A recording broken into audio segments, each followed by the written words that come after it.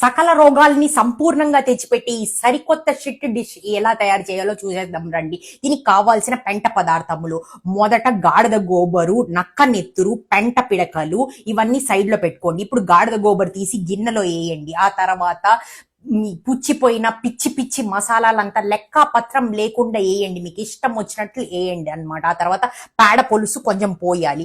ఆ తర్వాత గార్నిషింగ్ కి ఆనియన్స్, చిల్లీస్ అన్ని వేసి బాగా కలిపెట్టాలన్నమాట. ఈ డిష్ స్పెషల్లీ మీ భద్రశత్రువుల కోసమే తయారు చేయబడిన డిష్ అన్నమాట. కాబట్టి మీ భద్రశత్రువుల పేర్లంతా ఇక్కడ ట్యాగ్ చేయండి అనమాట కమెంట్ సెక్షన్ లో. ఆ తర్వాత లెట్రిన్ పోయి చేతులే కడుక్కొని చేతులతో ఆ పెంట పిడకల్ని పొడి పొడి చేసి దాంతో వేయండి, అప్పుడే టేస్ట్ వస్తుంది కదా. ఆహాహాహా, బాగా మళ్ళీ ఇంకొకసారి కలపాలన్నమాట. వెయిటింగ్ లో ఉన్నారు కదా చాలా మంది, క్యూ కట్టుకుని తింటున్నారు కదా.